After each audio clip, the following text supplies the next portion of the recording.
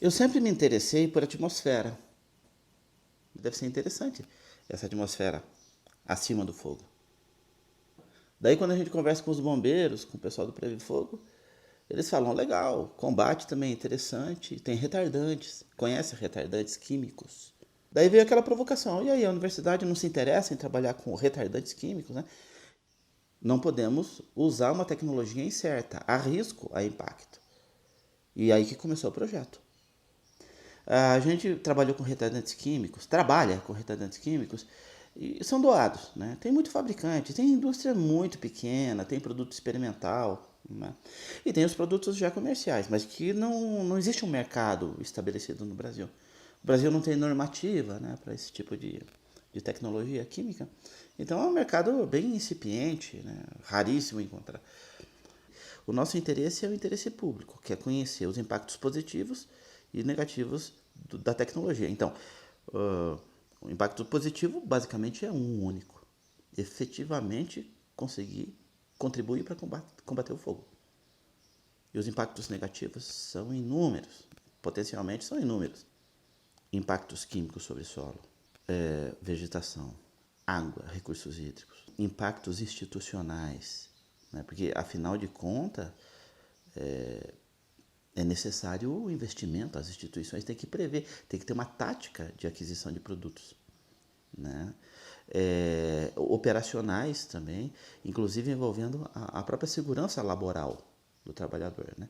Bom, na verdade, a gente tem pouquíssima experiência com o uso de retardante, né? O Preve-Fogo.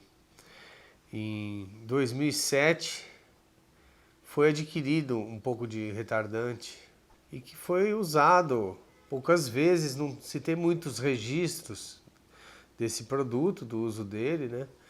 Eles estão num processo, né, de entendimento pela parte do IBAMA. Um dos usos mais recentes de retardante foi em 2016, num grande incêndio na terra indígena Araribóia.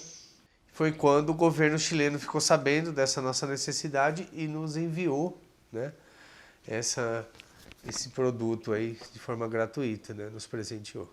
Essa aplicação foi com Air Tractor, né? Por quê? Porque não tinha acesso à região, todas as estratégias de combate não estavam sendo perdidas, a gente não estava conseguindo alcançar um combate adequado. Mas assim, a gente tem pouca conclusão em relação à eficiência nesse combate em si, né? Não teve uma preocupação de aferir se estava sendo adequado, se estava melhor que o lançamento de pura água, né? Então foi uma maneira, foi um desespero, a gente lançou mão disso aí, do uso de retardante. Demoramos meses para conseguir articular uma área de cerrado para fazer um experimento de queima e uma grande área de cerrado, né? Então, isso foi muito trabalhoso. A Marinha nos cedeu a área. A Marinha entendeu que o projeto atendia aos interesses nacionais, basicamente é isso. Mas antes de ir para campo, tem que conduzir os estudos laboratoriais. A gente queimou capim em bandejas para verificar o funcionamento em condições laboratoriais dos produtos. Né? Porque você não pode conduzir a campo um produto que você não tem certeza se ele vai funcionar. Por isso que a gente utilizou bandeja. Né? Se o produto, em condições laboratoriais, funcionou, vamos conduzir a campo, porque a gente não vai queimar uma área imensa de cerrado para um produto que não mostra efetividade. E a efetividade é exatamente o impacto positivo que a gente deseja. Sem ele não tem, sem esse impacto não tem porquê. Né? Então a gente fez as bandejas, né? Teve produto que foi bem, os produtos que foram bem foram a campo. Agora, teve produto que não mostrou efetividade em condições laboratoriais. E daí você bota um freio. Não vai a campo. Nós trabalhamos com dois tipos de aceiros químicos: o aceiro seco e o aceiro fresco ou úmido. O aceiro seco é aquele que é feito no dia anterior e de lá para cá a água evapora. E o aceiro úmido ele é feito assim 15 minutos antes do fogo. Né?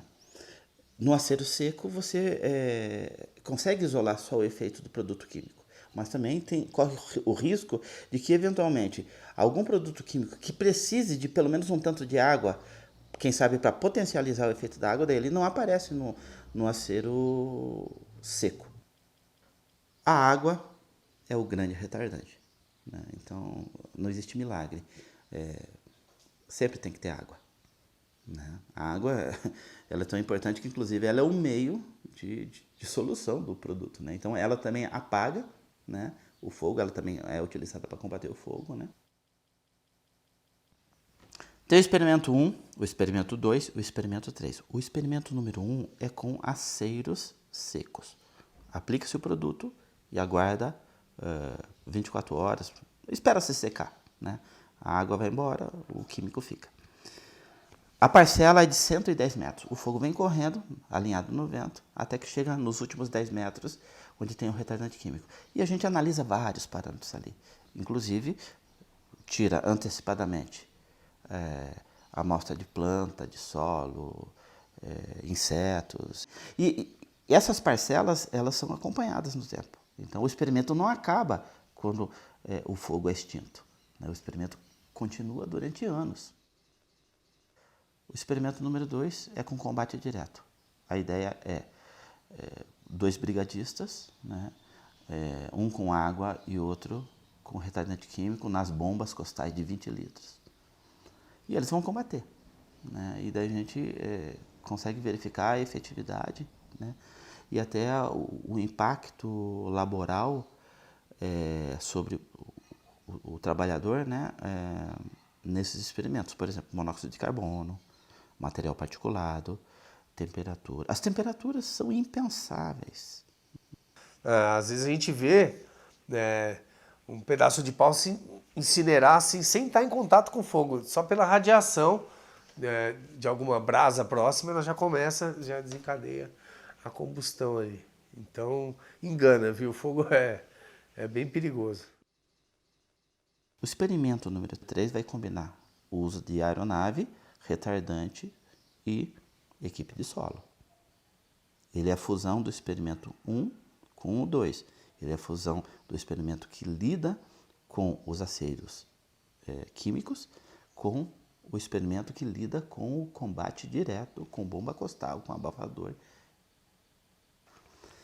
No primeiro momento, a gente pensou em utilizar 4 produtos, mas a gente acabou usando apenas 2 porque foram aqueles que se mostraram efetivos no laboratório para irem a campo.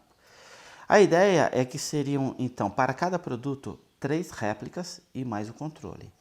Cada réplica seria uma parcela de 110 metros, uma parcela de 110 metros. O fogo vem correndo, alinhado no vento, ao longo da parcela. Nos últimos 10 metros tem o retardante químico, o acero seco. O desenho do experimento 1, o desenho de todos os experimentos, na verdade, foi feito alinhado com o vento. Foi preciso compreender a meteorologia e o clima, o vento da região. Teve caso de parcela que o produto estava lá, na hora H, que o fogo estava chegando ali no produto, o vento virou. Não deixou queimar, né? E teve caso em que o vento virou e veio por cima como se não tivesse retardante químico nenhum ali. Quando o fogo atingiu aquela parcela onde foi aplicado o retardante, ele mudou o comportamento, diminuiu a velocidade, diminuiu a altura da chama, a intensidade do calor, né? A velocidade de propagação. Ali você vê que é uma janela do brigadista chegar a interceder e conseguir parar um incêndio que está vindo de forma terrível. Estava ventando forte, as chamas altíssimas. Ali você não entraria com abafador e bomba costal. Tudo isso é muito importante para produzir esse know-how que vai ser conduzido a campo, que vai a campo com as brigadas, né? E no Cerrado especificamente, né? A gente está estudando o combate ao fogo no Cerrado, os impactos, né, do combate. E a Amazônia? A Amazônia, a gente não pode falar nada sobre a Amazônia nesse momento, né? O fogo na Amazônia é um fogo diferente, é um bioma diferente.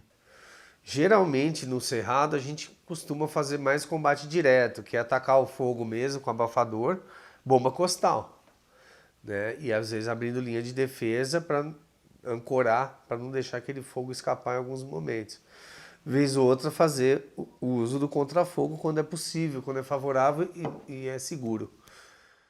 Mas quando a gente tem incêndio de mata, ele não tem um comportamento tão extremo, quando um fogo de cerrado, que tem vento, né? Bastante gramínea, ele corre, mas ele costuma abranger grandes extensões, né? E ele é muito ramificado e demorado, um combate muito trabalhoso, porque você tem que se deslocar no meio da mata, abrir picada, começar a raspar o solo, porque ele vai queimando a serrapilheira. E a serrapilheira, ela pode ter várias camadas, né? E tem locais que a serrapilheira, ela pelo processo natural mesmo, ela já vai virando turfa, ulha, turfa e, né, fica subterrânea, e às vezes você tem que cavar, vira incêndio subterrâneo, como a gente teve lá no sul do Pará agora, na região da Serra do Cachimbo, que é muito trabalhoso, não é incêndio que corre, mas você vai gastar bastante tempo, né, para conseguir abrir linha. Então é muito trabalhoso, costuma ser muito quente, abafado nessas regiões, né? Então aí é um combate mais indireto, você abrir a linha de controle.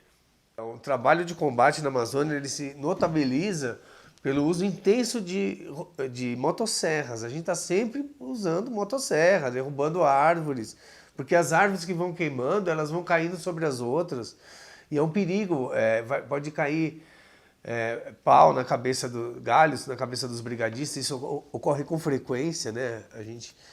Então a gente vai abrindo, isolando a área queimada com o uso de motosserra, bastante motosserra. É um trabalho bem pesado. Retardante químico. Mas que química tem no retardante químico? Nos rótulos, você não tem a coisa muito explícita. Alguns produtos até mais, outros menos, mas de certa maneira é meio velado isso, né? Existe um certo segredo, né, aí na composição química desses produtos. Então, nós combinamos também com os fabricantes que a gente faria análise química para saber a composição dos nutrientes, fósforo, nitrogênio, potássio, enfim, enxofre, mas não para descobrir a estrutura molecular, né? Então, não é um trabalho de engenharia reversa, não é um trabalho de espionagem industrial, né? Hoje em dia, a questão não é se existem impactos químicos. Tem impactos químicos, tem impactos institucionais, econômicos, isso aí a gente sabe. O que a gente tem que saber é a magnitude, a importância e o significado, né, desses impactos. Tá? Então, porque as instituições, elas precisam ter base estratégica, tática e de ação para tomar decisão. São tantas variáveis para tomar decisão se você vai fazer o combate químico ou não. Eu acho promissor, eu acho que tem futuro a aplicação de retardante. Não sei se vai ser igual, se vai ter o mesmo peso, mesma importância quanto os retardantes químicos têm nos combates em países de regiões temperadas que tem florestas de coníferas, né? Porque lá os retardantes são amplamente utilizados, porque a natureza desses incêndios de copa e conífera é muito extrema. É muito extrema. E eles envolvem o quê? Grandes perdas econômicas e de vidas muitas vezes, que estão próximas a áreas residenciais. Então, é investido muito dinheiro, as estruturas de combate são muito mais robustas, e daí você tem muito mais aplicação de retardante, é natural, porque o comportamento do fogo é muito extremo. Então eu não vejo, de forma alguma, que a gente vai usar retardante como esses países usam.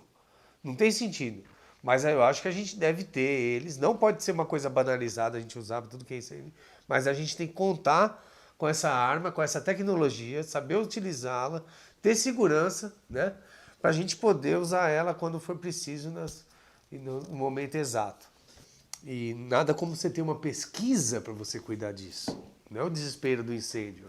Aí você põe fogo a hora que você quer, aplica, vê, observa, põe de novo, faz de novo, analisa, vê o que tem, os riscos.